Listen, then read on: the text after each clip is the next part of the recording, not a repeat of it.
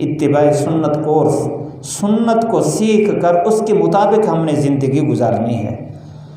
ہر مجلس میں ایک موضوع پر گفتگو ہوتی ہے، کم از کم یہ ہے کہ ہم وہ جس موضوع پر گفتگو ہوئی ہے، جو کچھ ہم نے سیکھا ہے، وہ زندگی کا شعبہ ہمارا مکمل سنت کے مطابق ہو جائے۔ آج ہماری اس مجلس کا موضوع ہے مسنون سفر۔ سفر انسان کو پیش آتے رہتے ہیں، تو مسنون سفر۔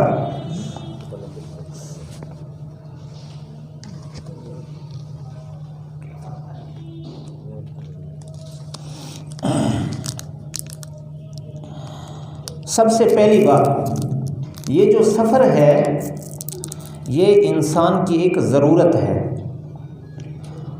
تو اس کو ضرورت کے وقت اختیار کرنے کا حکم ہے۔ بلا ضرورت سفر پر رہنا اس کو پسند نہیں قرار دیا گیا۔ اب حدیث سنیے،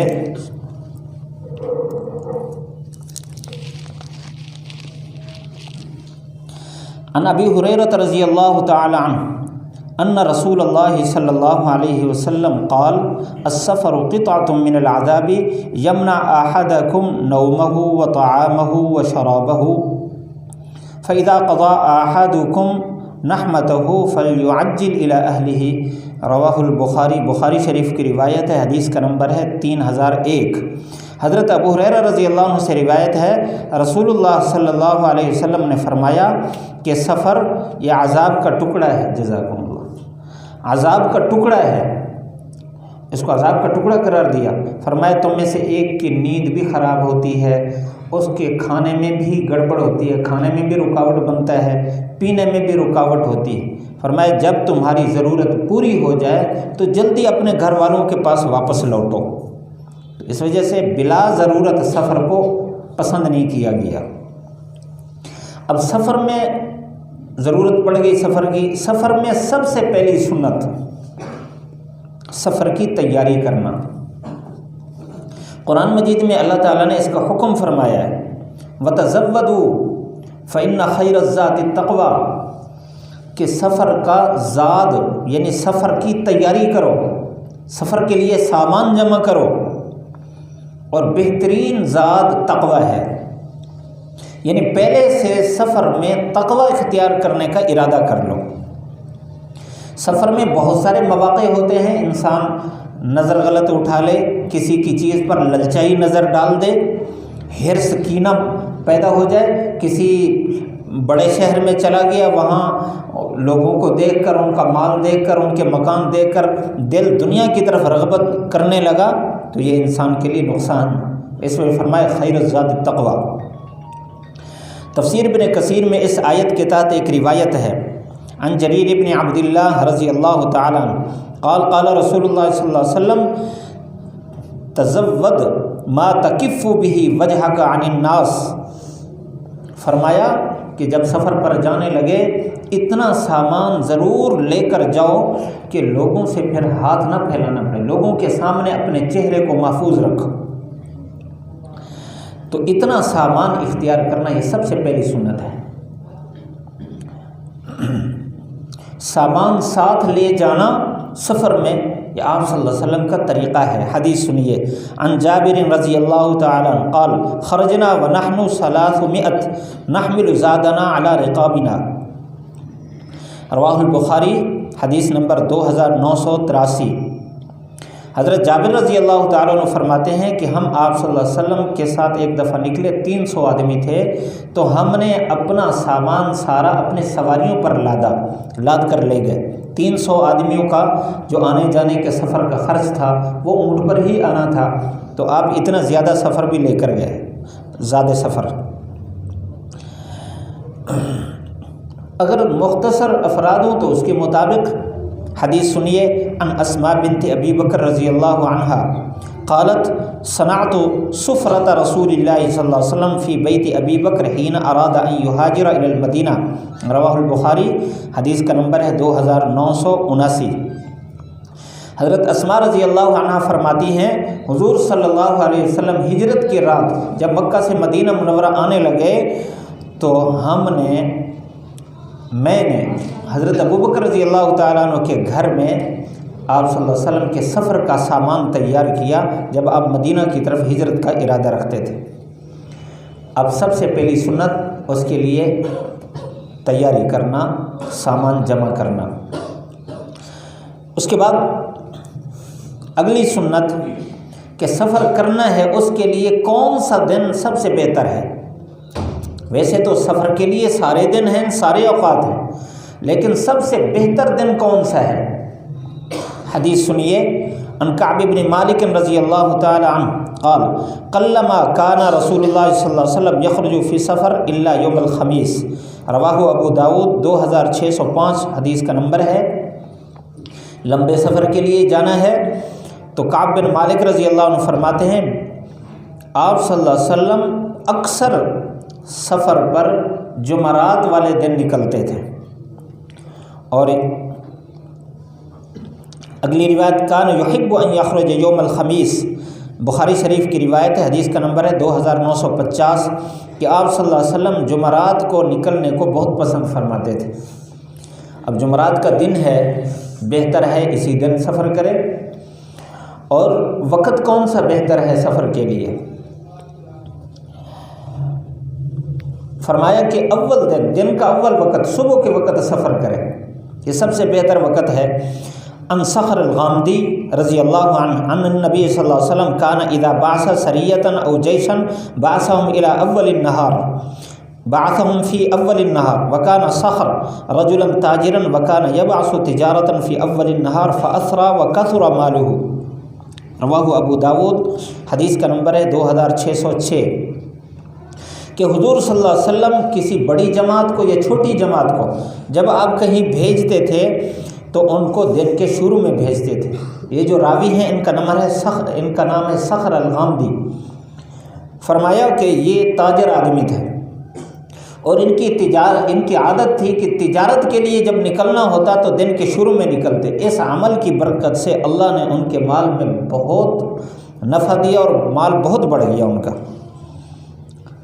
اب سفر پر نکلنا ہے تو کسی نہ کسی ساتھی کو اپنے ساتھ لے کر نکلے۔ اکیلا لمبے سفر پر نکلنا یہ مناسب نہیں، خلاف سنت ہے، الا یہ کہ مجبوری ہو۔ اب سنیے حدیث عن ابن عمر رضی اللہ عنہما عن النبی صلی اللہ علیہ وسلم قال لو يعلم الناس ما في الوحدة ما اعلم ما سار راكب بالليل وحده، رواہ البخاری 2998 روایت ہے۔ فرمایا اگر لوگ جان لیں کہ اکیلے سفر میں کتنا نقصان ہے جو میں جانتا ہوں تو کوئی آدمی اکیلا رات کو سفر نہ کرے۔ دوسری روایت عن سعید بن المسیب رضی رحمۃ اللہ علیہ انہ کان یقول قال رسول اللہ صلی اللہ علیہ وسلم الشیطان یہم بالواحد والاثنین فاذا كانوا ثلاثہ لم یہم بہم، رواہ مالک فی الموطا حدیث کا نمبر ہے 1832۔ حضرت سعید ابن مسیب یہ تابعی میں سے سب سے بڑے تابعی ہیں۔ فرمایا آپ صلی اللہ علیہ وسلم فرمایا کرتے تھے کہ شیطان اکیلے آدمی کو پریشان کرتا ہے، سفر میں اکیلے آدمی کو پریشان کرتا رہتا ہے، اور دو آدمی ہوں تب بھی پریشان کرتا ہے۔ فرمایا جب تین آدمی ہوں تو ان کو پھر پریشان نہیں کر سکتا۔ ویسے بھی جب جماعت ہوتی ہے کوئی بھی مسئلہ ہے ایک دوسرے کے ساتھ تعاون، ایک دوسرے سے مشورہ، ایک دوسرے کا سہارا بنتے ہیں انسان جب لمبے سفر پر ہوں۔ اب سفر میں عورت نے سفر کرنا ہے، اس کے لیے کیا حکم ہے؟ حدیث سنیے، عن ابن عباس رضی اللہ تعالی عنہما انہ سمع النبی صلی اللہ علیہ وسلم لا یخلون رجل بامرأة ولا تسافرن امرأة الا ومعها محرم، رواہ البخاری حدیث کا نمبر ہے 3006۔ حضرت ابن عباس رضی اللہ تعالیٰ عنہ فرماتے ہیں کہ انہوں نے آپ صلی اللہ علیہ وسلم سے سنا، فرمایا کہ کوئی مرد بھی عورت سے خلوت میں نہ رہے، یعنی مرد کسی غیر محرم کے ساتھ اکیلے نہ رہے، اور فرمایا کوئی عورت ہرگز نہ سفر کرے جب تک اس کے ساتھ کوئی محرم نہ ہو۔ محرم کے ساتھ سفر کرنا ضروری ہے۔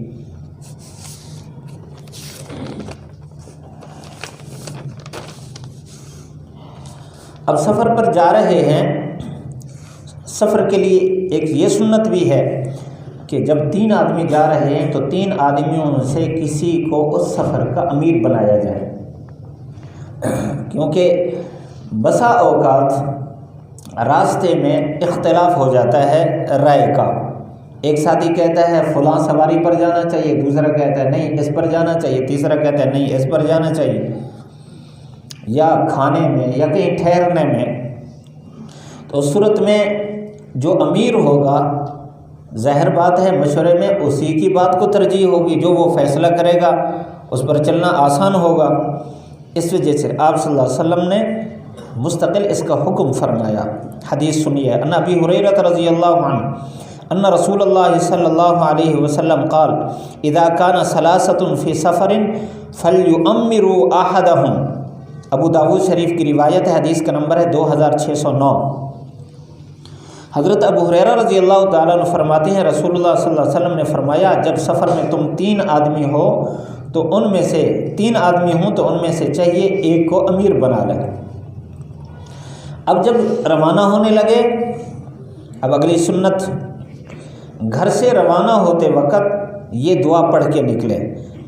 سنیے حدیث ان ابی ہریرہ رضی اللہ تعالی عنہ قال کان رسول اللہ صلی اللہ علیہ وسلم اذا سافر قال اللهم انت الصاحب في السفر والخلیفۃ في الاهل اللهم انی اعوذ بک من وعثاء السفر وکآبۃ المنقلب وسوء المنظر في الاهل والمال اللهم اطوی لنا الارض وهون علينا السفر۔ ابو داؤد شریف کی روایت ہے، 2598 حدیث کا نمبر ہے، کہ حضور صلی اللہ علیہ وسلم جب سفر پر جانے لگتے تو آپ یہ دعا کرتے تھے، یا اللہ سفر میں تو میرا ساتھی ہو جا اور میرے گھر میں میرے پیچھے تو ہی نگران بن جا۔ یا اللہ میں تجھ سے پناہ طلب کرتا ہوں سفر کی مصیبت سے اور واپس آتے ہوئے برے منظر سے۔ میں گھر آؤں مجھے عجیب عجیب خبریں ملیں تو میرے لیے مصیبت بن جائے۔ سوء المنظر فی الاہل والمال، کہ گھر میں کوئی بیمار ہو گیا، کسی کا کوئی مسئلہ بن گیا یا مال کا کوئی نقصان ہو گیا، اس طرح کی خبروں سے بھی مجھے بچا۔ اور پھر اللہم اطوی لنا، یا اللہ اس سفر میں میرے لیے زمین کو لپیٹ دے اور مجھ پر سفر کو آسان فرما۔ یہ دعا کر کے پھر نکلتے تھے۔ اب سواری پر سوار ہونا ہے تو اس کے لیے سنت، عن ابن عمر رضی اللہ عنہما ان رسول اللہ صلی اللہ علیہ وسلم کان اذا استوى على بعیرہ خارجا الى سفر کبر 3 ثم قال سبحان الذي سخر لنا هذا وما كنا له مقرنين وانا الى ربنا لمنقلبون۔ ابو داؤد شریف کی روایت ہے، 2599 روایت کا نمبر ہے۔ ابن عمر رضی اللہ عنہما فرماتے ہیں جب حضور صلی اللہ علیہ وسلم اپنی سواری پر بیٹھ جاتے سفر پر نکلنے کے لیے تو آپ 3 مرتبہ اللہ اکبر اللہ اکبر اللہ اکبر کہتے، پھر فرماتے سبحان الذی سخر لنا، جو مشہور دعا ہے، پاک ہے وہ ذات جس نے ہمارے لیے اس سواری کو مسخر کر دیا، ہم اس پر قابو پانے والے نہ تھے اور ہم نے اپنے رب کی طرف لوٹ کر جانا ہے۔ عموماً جہاں یہ دعا لکھی ہوتی ہے اس کے اوپر لکھا ہوتا ہے سفر کی دعا۔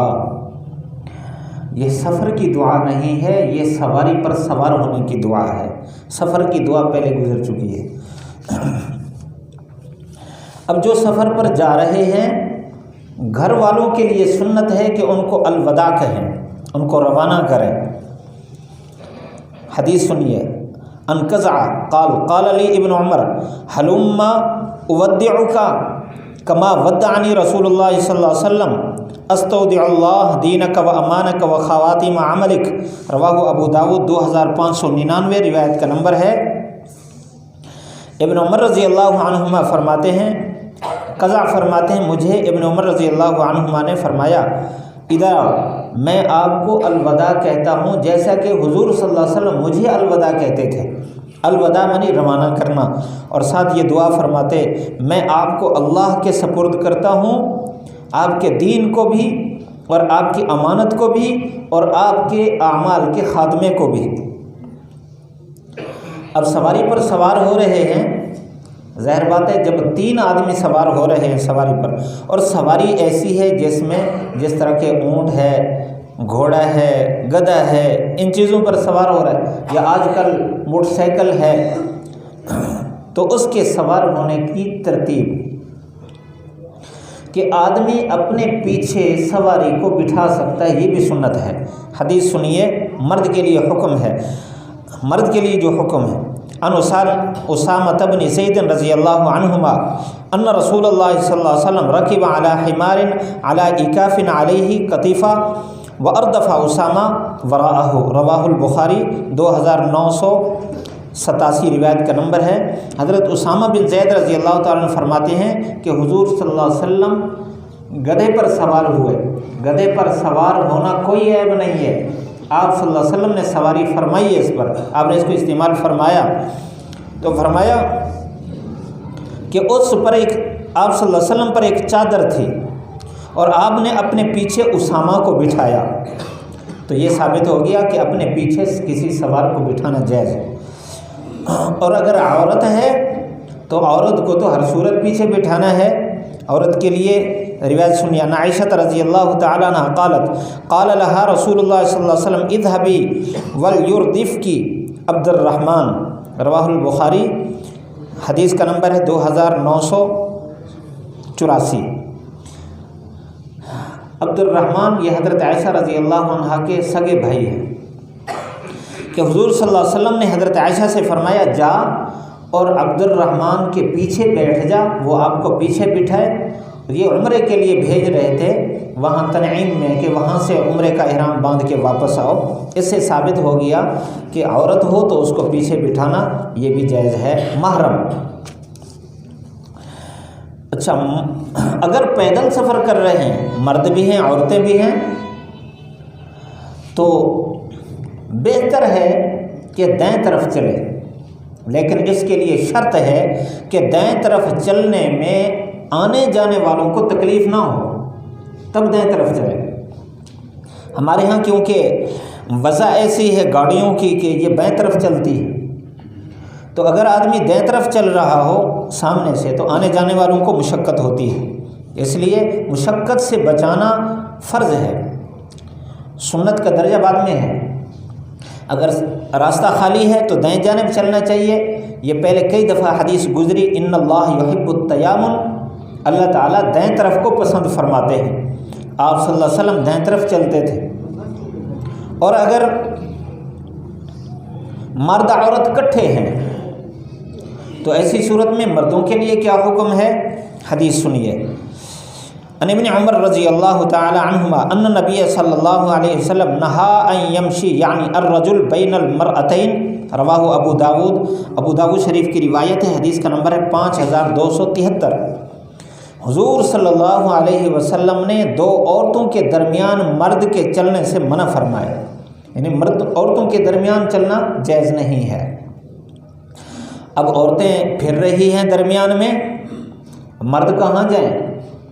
عورتوں کو الگ حکم فرمایا آپ صلی اللہ علیہ وسلم نے۔ عورتوں کے لیے جو حکم ہے سنیے، ان ابی اسید الانصاری رضی اللہ تعالی عنہ قال قال رسول اللہ صلی اللہ علیہ وسلم للنساء استأخرنا فإنه ليس لكن اتحققن الطريق عليكن بحافات الطريق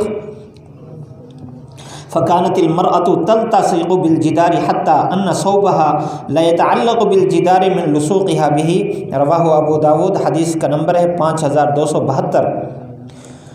ابو اسید انصاری سے روایت ہے، فرمایا آپ صلی اللہ علیہ وسلم نے عورتوں کو حکم فرمایا کہ تم نے پیچھے چلنا ہے، تمہارا راستے کے درمیان میں چلنے کا کوئی حق نہیں ہے۔ علیکن بحافات طریق، تمہارے لیے ضروری ہے کہ راستے کے کنارے پر چلو۔ مرد عورت ہیں تو عورتیں پیچھے چلیں، اور اگر مرد نہیں ہیں عورتیں چل رہی ہیں، مرد دوسری طرف سے آ جا رہے ہیں تو عورتوں کو کنارے پر چلنا لازم ہے۔ فرمایا اس کے بعد صحابیات کا کیا عمل تھا، کانت المرأۃ، عورت پھر اس طرح چلتی بالکل دیوار کے ساتھ چمٹ کر چلتی، یہاں تک کہ بسا اوقات اس کا کپڑا دیوار کے ساتھ چمٹ کر چلنے کی وجہ سے وہاں اڑ جاتا تھا، اتنا اس پر عمل کرنے کی کوشش کرتی تھی۔ اب یہ تو چلنے کا طریقہ، اور اسی طرح سفر کے دوران دوسرے کچھ اعمال ہیں۔ کہ اب چل رہے ہیں، ایسی صورت میں سواری کو دیکھیں۔ اگر سواری ایسی ہے کہ وہ آدمی کو بھی اور سامان کو دونوں کو نہیں اٹھا سکتی، مثلا جانور ہے وہ دونوں کو نہیں اٹھا سکتا، یا دوسری آج کل جو سواریاں ہیں وہ دونوں کو اٹھانے کے قابل نہیں ہیں، تو سواری کی حیثیت کے مطابق اس پر بوجھ ڈالا جائے، اس سے زیادہ نہیں، یہ بھی خلاف سنت ہے۔ حدیث سنیے، ان ابی ہریرہ رضی اللہ تعالی عنہ قال قال رسول اللہ صلی اللہ علیہ وسلم يعين الرجل على دابته فيحمل عليها او يرفع عليها متاعه صدقة، رواہ البخاری 2999 روایت کا نمبر ہے۔ حضرت ابو ہریرہ رضی اللہ تعالیٰ عنہ فرماتے ہیں رسول اللہ صلی اللہ علیہ وسلم نے فرمایا کہ آدمی کو چاہیے کہ اپنی سواری کا تعاون کرے، یا تو خود اس پر سوار ہو یا پھر اپنا سامان اس پر لا دے، یہ بھی سواری پر رحم کرنا، یہ بھی صدقہ ہے۔ اگر سفر ایسے علاقے کی طرف ہے جس علاقے میں کفار بھی رہتے ہیں، مثلا جہاں سے آدمی ہندوستان جا رہا ہے یا کسی اور کفار کے ملک میں جا رہا ہے یا ان کی بستی میں جا رہا ہے جہاں غیر مسلم رہتے ہیں، تو قرآن مجید ساتھ لے جانا ٹھیک نہیں ہے، کیونکہ اس کی بے حرمتی کا خدشہ ہے۔ حدیث سنیے، ان عبداللہ بن عمر رضی اللہ عنہما ان رسول اللہ صلی اللہ علیہ وسلم نہا ان یسافر بالقرآن الی ارض العدو، رواہ البخاری حدیث کا نمبر ہے 2991۔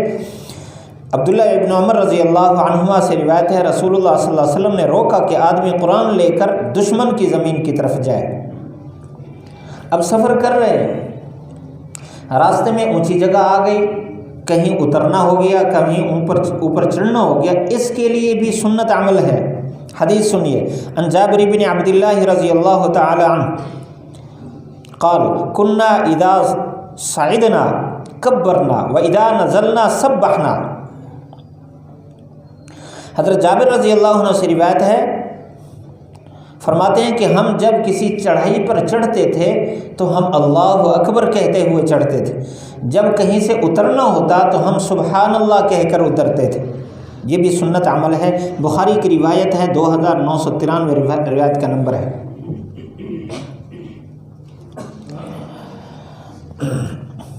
اب سفر کے اندر نماز کا وقت ہو گیا، سنت عمل ہے کہ فرض نماز سفر کے اندر نہیں چھوڑنی، فرض نماز معاف نہیں ہے۔ حدیث سنیے، کان ابن عمر و ابن عباس رضی اللہ عنہما یقصران و یفطران فی 4 برد وہی 16 فرسخا، رواہ البخاری فی باب فی کم یقصر الصلاۃ۔ بخاری کی روایت ہے، حضرت ابن عمر حضرت ابن عباس رضی اللہ تعالیٰ عنہ کا عمل ذکر فرمایا کہ دونوں قصر کرتے تھے اور روزہ بھی افطار کرتے تھے 4 برد کی مسافت پر، اور 4 برد بنتا ہے 16 فرسخ۔ توجہ کریں گے، آدمی جب اپنے گھر سے 16 فرسخ سفر کرنے کے ارادے سے نکلے تو اب اس پر 4 رکعت نماز معاف ہو کر 2 رکعت ہو جاتی ہے۔ اب یہ جو فرسخ ہیں آج کل تو نہیں ہے، یہ جو پہلے زمانے میں میل ہوا کرتے تھے اس اعتبار سے، یہ جو 3 میل کا ایک فرسخ ہوتا ہے اور 4 میل کا ایک برد ہوتا ہے، تو 16 فرسخ ہو تو یہ 48 میل بنتا ہے، 48 میل بنتا ہے، تو 48 میل بنتا ہے، اور آج کل کے کلومیٹر کے اعتبار سے 77 کلومیٹر اور کچھ فرلانگ بنتا ہے، تو یہ 77.5 کلومیٹر عموماً کہا جاتا ہے۔ تو جو اتنی مسافت پر جائے اس کے لیے ہے کہ وہ قصر کرے۔ اب قصر کہاں سے شروع کرے گا؟ جب اپنی شہر کی آبادی سے باہر جائے گا، اس کے لیے روایت سنیں۔ ان انس رضی اللہ تعالی عنہ قال صلیت الظہر مع النبی صلی اللہ علیہ وسلم بالمدینہ اربعا وبذی الحلیفہ رکعتین، رواہ البخاری 1099 روایت کا نمبر ہے۔ حضرت انس رضی اللہ تعالیٰ عنہ فرماتے ہیں میں نے آپ صلی اللہ علیہ وسلم کے ساتھ ظہر کی نماز مدینہ میں پڑھی ہے 4 رکعت، ذوالحلیفہ میں پڑھی ہے 2 رکعت۔ یعنی جب آبادی مدینہ منورہ سے باہر نکلی، اب تو ذوالحلیفہ مدینہ منورہ کا حصہ بن گیا ہے، آبادی اس سے بھی آگے چلی گئی ہے، اس وقت یہ باہر تھا۔ اب وہاں جب پہنچتے تو وہاں 2 رکعت پڑھتے تھے، تو آبادی سے نکل کر پھر 2 رکعت ہے۔ فرض پڑھنے ہوں تو سواری پر فرض پڑھنا جائز نہیں ہے، سواری کو روک کر نیچے اتر کر فرض پڑھنا لازم ہے۔ عموماً ہم نے دیکھا ہے سفر میں ساتھی سیٹ پر ہی پڑھ لیتے ہیں، کہتے ہیں بس اللہ تعالیٰ قبول کرنے والا ہے۔ جو اللہ قبول کرنے والا ہے اس نے بتایا ہے کہ قبول کرے گا کیسے۔ حدیث سنیے، عن جابر بن عبد اللہ رضی اللہ عنہ ان نبی صلی اللہ علیہ وسلم کان یصلی علی راحلته نحو المشرق فاذا اراد ان یصلی المکتوبہ نزل فاستقبل القبلہ، رواہ البخاری، حدیث کا نمبر ہے 1099۔ جابر بن عبداللہ رضی اللہ تعالیٰ عنہ سے روایت ہے رسول اللہ صلی اللہ علیہ وسلم اپنی سواری پر نماز پڑھتے تھے مشرق کی طرف منہ کر کے،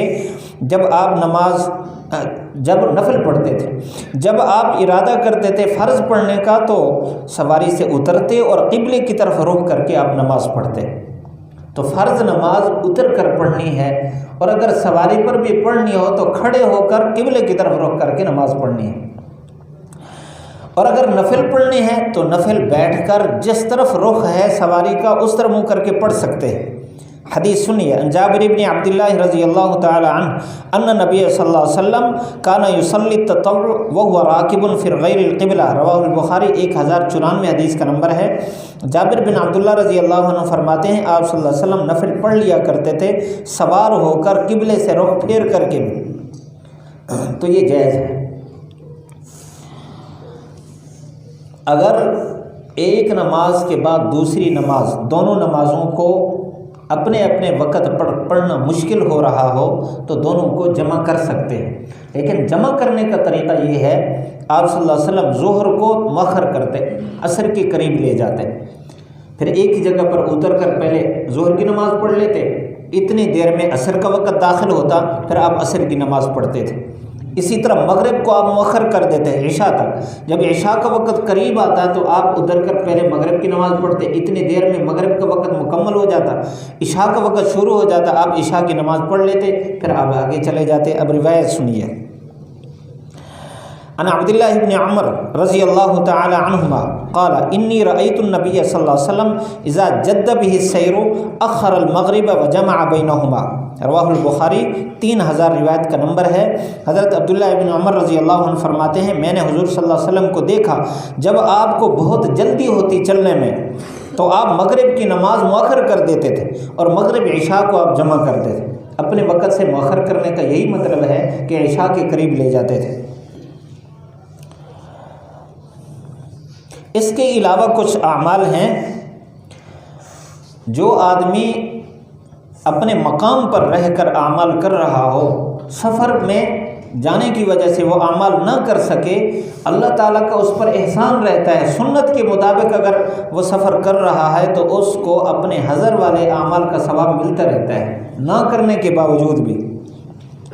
حدیث سنیے، قال ابو بردہ سمعت ابا موسیٰ مرارا یقول قال رسول اللہ صلی اللہ علیہ وسلم اذا مرض العبد او سافر كتب له مثل ما كان يعمل مقيما صحيحا، رواہ البخاری، حدیث کا نمبر ہے 2996۔ ابو بردہ رضی اللہ عنہ رحمۃ اللہ علیہ فرماتے ہیں، یہ تابعی ہے، کہ میں نے ابو موسیٰ اشعری رضی اللہ تعالیٰ عنہ سے بہت دفعہ سنا، وہ کہتے تھے حضور صلی اللہ علیہ وسلم نے فرمایا جب بندہ مریض ہو یا سفر پر چلا جائے تو اس کے لیے وہ اعمال لکھے جاتے رہتے ہیں جو مقیم ہونے کی حالت میں، صحت کی حالت میں وہ کرتا ہوتا ہے۔ اگلی بات، اگر راستے میں کہیں رکنے کی ضرورت ہو تو سنت یہ ہے کہ ایسی جگہ رکے جہاں آنے جانے والوں کو کوئی مشقت نہ ہو، ایک طرف رکے، یہ بھی سنت ہے۔ حدیث سنیے، عن معاذ بن انس الجہنی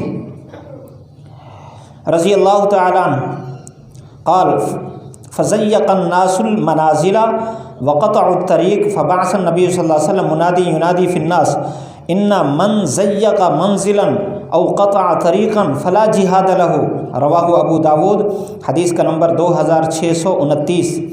حضرت معاذ بن انس جوہنی فرماتے ہیں، ایک لمبی روایت ہے، اس میں یہ بات آتی ہے کہ لوگ اترے تو وہ راستے پر اترے اور راستے کو تنگ کر دیا اور راستہ کاٹ دیا، یعنی لوگوں کا آنا جانا مشکل ہو گیا۔ حضور صلی اللہ علیہ وسلم نے ایک آدمی کو بھیجا کہ جا کے آواز لگاؤ لوگوں میں، کہو جس نے راستے کو تنگ کیا یا راستہ کاٹ دیا اس کا کوئی جہاد نہیں ہے۔ یہ جہاد کے سفر پر جا رہے تھے، آپ نے اتنے بڑے عمل کی نفی فرما دی اس چھوٹی کوتاہی کی وجہ سے، اس وجہ سے اس کا خیال رکھنا چاہیے۔ تو جو سواری لے جا رہے ہیں اس سواری کا خیال کرنا بھی ضروری ہے۔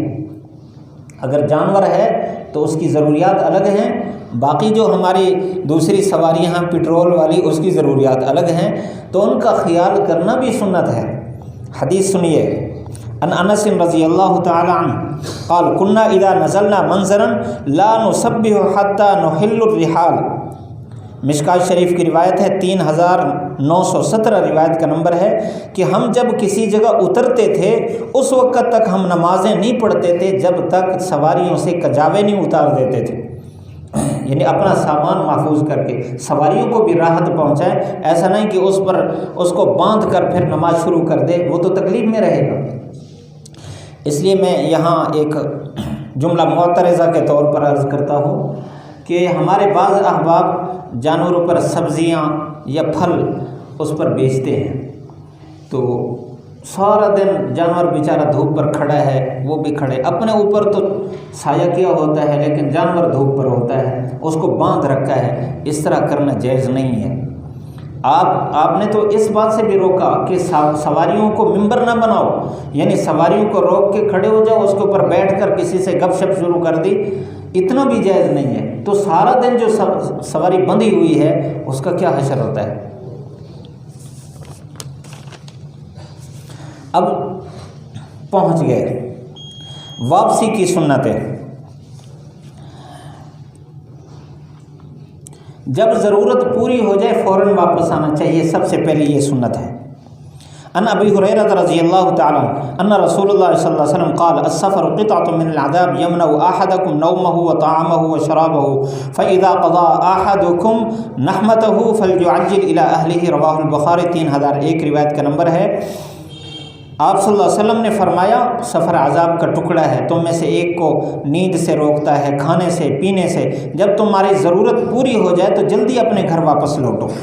اب گھر واپس آنا ہے تو سنت ہے کہ ایسے وقت میں یہ ایسے طریقے پر کہ گھر والوں کو پہلے اطلاع کرے کہ میں آ رہا ہوں۔ گھر والوں کو اطلاع کرنا ضروری ہے، بغیر اطلاع کے جانے کے بڑے نقصانات ہیں، حدیث میں اس کی تفصیل بھی ہے۔ ایک واقعہ یہاں عرض کرتا ہوں، مجھے مولانا غلام جعفر صاحب، ہمارے ایک خطیب صاحب ہیں، انہوں نے سنایا کہ 2 بھائی تھے، ایک بھائی ان میں سے گھر رہتا تھا، دوسرا بھائی فوج میں بھرتی تھا۔ اس وقت فون کا رواج نہیں تھا، تو اس بھائی کو چھٹی ہوئی، وہ رات کو آیا۔ اب یہاں آ کر اس نے سوچا کہ میں کیسے دروازہ کھٹکاؤں، سارے سوئے ہوئے ہیں، میں نیند نہ خراب کروں۔ گرمی کا موسم تھا، ایک ہی 4 دیواری بڑی جس طرح دیہات میں ہوتا ہے، تو اس میں سوئے ہوئے تھے۔ تو اس نے دیوار کے اوپر سے چھلانگ لگائی اور اندر داخل ہوا۔ اس کے بچے جہاں سوئے ہوئے تھے وہاں جا کر وہ بھی سو گیا۔ اب بھائی اس کا دوسری جانب سویا ہوا تھا۔ رات کو بھائی کی آنکھ کھلی، اس نے دیکھا کہ میرے بھائی کے گھر میں کوئی آدمی ہے، وہ سویا ہوا ہے۔ تو اس نے اسلحہ اٹھایا اور اس کو فیر مار دیا۔ پھر غور سے دیکھا یہ تو میرا بھائی ہے، اور اس کی بیوی بھی چیخی کہ یہ تو تیرا بھائی تھا۔ جب دیکھا کہ میرا بھائی اور میں اس کو مار چکا ہوں، اس نے وہی اسلحہ لے کر اپنے آپ کو فیر کر دیا۔ تو یوں منٹ میں گھر تباہ ہو گیا۔ یہ اطلاع نہ کرنے کا نقصان ہے۔ آپ صلی اللہ علیہ وسلم کی سنتوں میں خیر ہی خیر ہے۔ حدیث سنیے، عن جابر رضی اللہ تعالیٰ قال قال رسول اللہ صلی اللہ علیہ وسلم اذا طال احدکم الغیبۃ فلا یترک اہلہ لیلا، متفق علیہ۔ یہ مشکات المصابیح کی روایت ہے، حدیث کا نمبر ہے 3903۔ حضرت جابر رضی اللہ عنہ سے روایت ہے، رسول اللہ صلی اللہ علیہ وسلم نے فرمایا جب تم میں سے کسی ایک کو سفر میں بہت دیر ہو جائے، کافی عرصہ ہو جائے، تو اپنے گھر رات کو نہ آئے، اگر آنا ہے تو پھر اطلاع کرے۔ اب واپسی آنا شروع ہوا تو اب آنے کا طریقہ، ان عبداللہ رضی اللہ تعالیٰ عنہ نبی صلی اللہ علیہ وسلم کان اذا قفل کبر ثلاثا قال آئبون انشاء اللہ تائبون عابدون لربنا ساجدون صدق اللہ وعدہ ونصر عبدہ وہزم الاحزاب وحدہ، رواہ البخاری، حدیث کا نمبر ہے 3084۔ کہ آپ صلی اللہ علیہ وسلم جب واپس آنے لگتے 3 دفعہ اللہ اکبر کہتے، پھر یہ دعا پڑھتے آئبون انشاءاللہ، ہم لوٹنے والے ہیں، ہم اس سفر کے اندر جتنا کوتاہیاں ہوئی ان سے توبہ کرنے والے ہیں، ہم اللہ کی عبادت کریں گے، اسی کو سجدہ کریں گے۔ اس نے اپنا وعدہ پورا کر دیا۔ کیا وعدہ؟ جو ہم نے مانگا تھا کہ ہمارے سفر میں آسانی کر دینا، ہماری ضروریات پوری کر دینا، اس نے اپنا وعدہ پورا کیا، اس نے اپنے بندے کی مدد کی۔ اور احزاب، یہ دشمن انسان بھی ہو سکتے ہیں، اور حشرات الارض، سام بچھو اور شیر چیتے بھی ہو سکتے ہیں۔ فرمایا کہ ان سارے دشمنوں کو اس اکیلے نے شکست بھی دی ہے۔ تو یوں اللہ تعالیٰ کی تعریف کرتے ہوئے وہاں سے چلے، اور جب واپس آ گیا تو سب سے پہلا عمل یہ ہے کہ مسجد میں جائے اور وہاں جا کر 2 رکعت نماز پڑھے، نفل۔ حدیث سنیے، عن کعب رضی اللہ تعالی ان نبی صلی اللہ علیہ وسلم کان اذا قدم من سفر دخل المسجد فصلى رکعتین قبل ان یجلس، رواہ البخاری، بخاری کی روایت ہے، 3088 روایت کا نمبر ہے۔ حضرت کعب رضی اللہ تعالیٰ عنہ فرماتے ہیں حضور صلی اللہ علیہ وسلم جب سفر سے واپس آتے تو مسجد میں داخل ہوتے، وہاں 2 رکعتیں پڑھتے بیٹھنے سے پہلے، سفر سے بیٹھنے سے پہلے مسجد میں جا کر 2 رکعت پڑھتے۔ اب لمبے سفر سے واپس آیا، کسی دوسرے ملک میں تھا، وہاں سے واپس آیا، حج عمرے پر گیا، وہاں سے واپس آیا، تو یہ بھی سنت ہے کہ واپس آ کر احباب کی دعوت کریں، آخری سنت ہے۔ سنیے، عن جابر بن عبداللہ رضی اللہ عنہما ان رسول اللہ صلی اللہ علیہ وسلم لما قدم المدینہ نحر جزورا او بقرۃ، رواہ البخاری، حدیث کا نمبر ہے 3099۔ حضرت جابر رضی اللہ تعالیٰ عنہ فرماتے ہیں رسول اللہ صلی اللہ علیہ وسلم جب مدینہ منورہ واپس آتے تو آپ ایک اونٹ ذبح کرتے یا ایک گائے ذبح کرتے تھے اور سب کو دعوت